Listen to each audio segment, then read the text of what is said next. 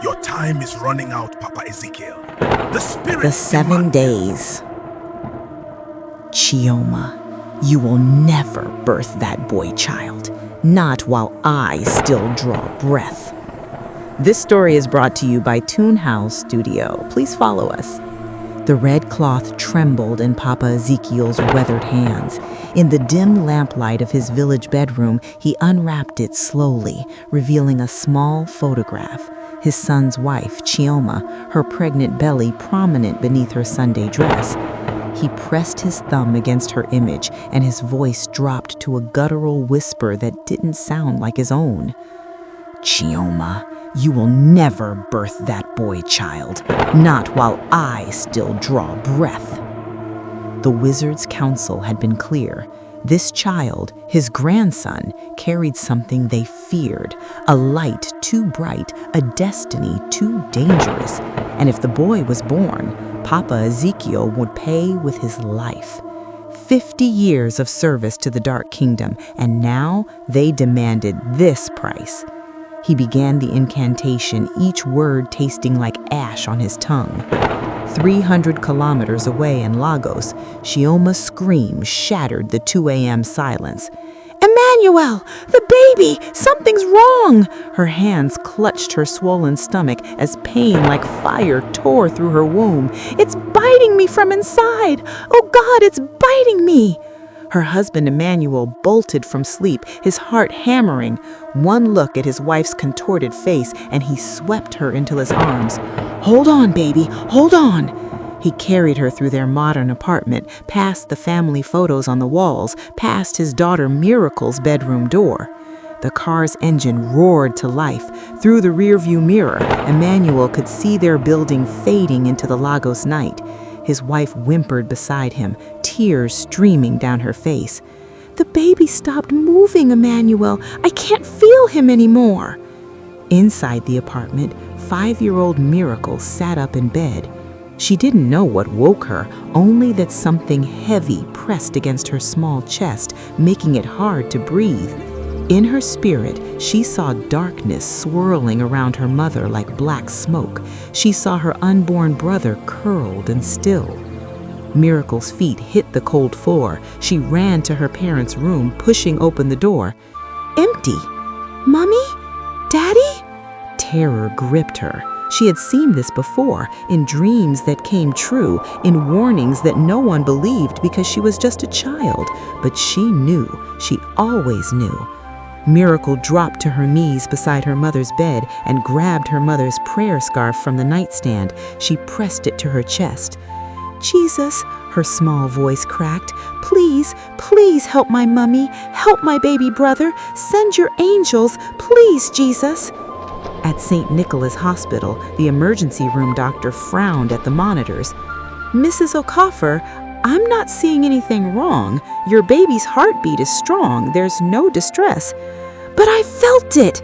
Chioma's voice rose in desperation. Something was attacking him. I felt it!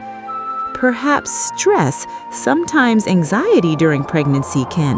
Doctor, my wife knows her body, Emmanuel interrupted, his jaw tight. Something happened.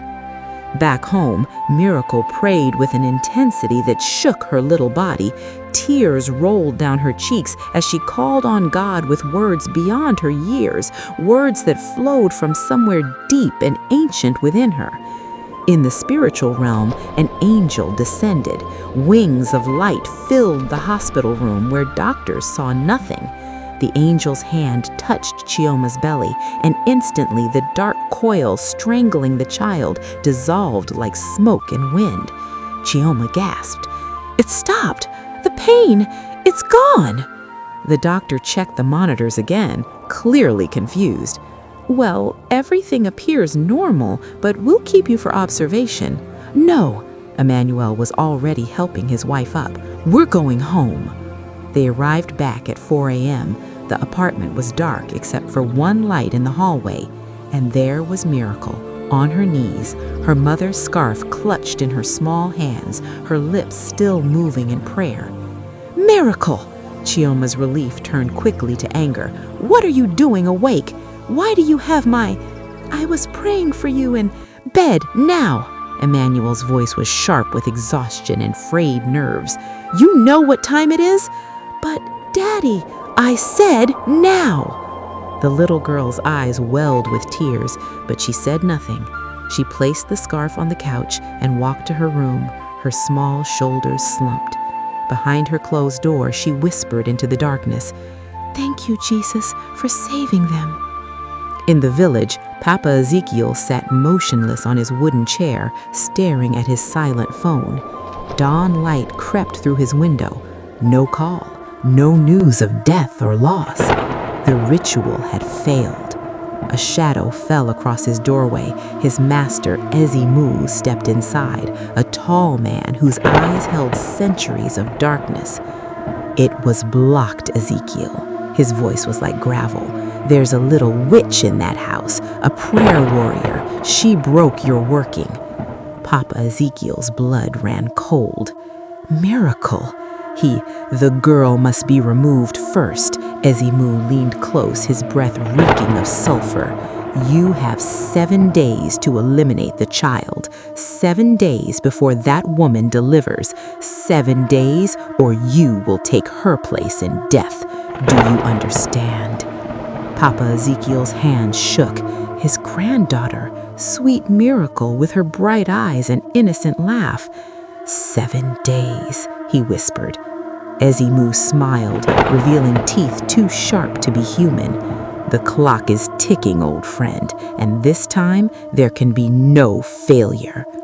As he disappeared into the morning mist, Papa Ezekiel looked at the new photograph in his hands, a picture of Miracle from her 5th birthday party, wearing a white dress, smiling at the camera.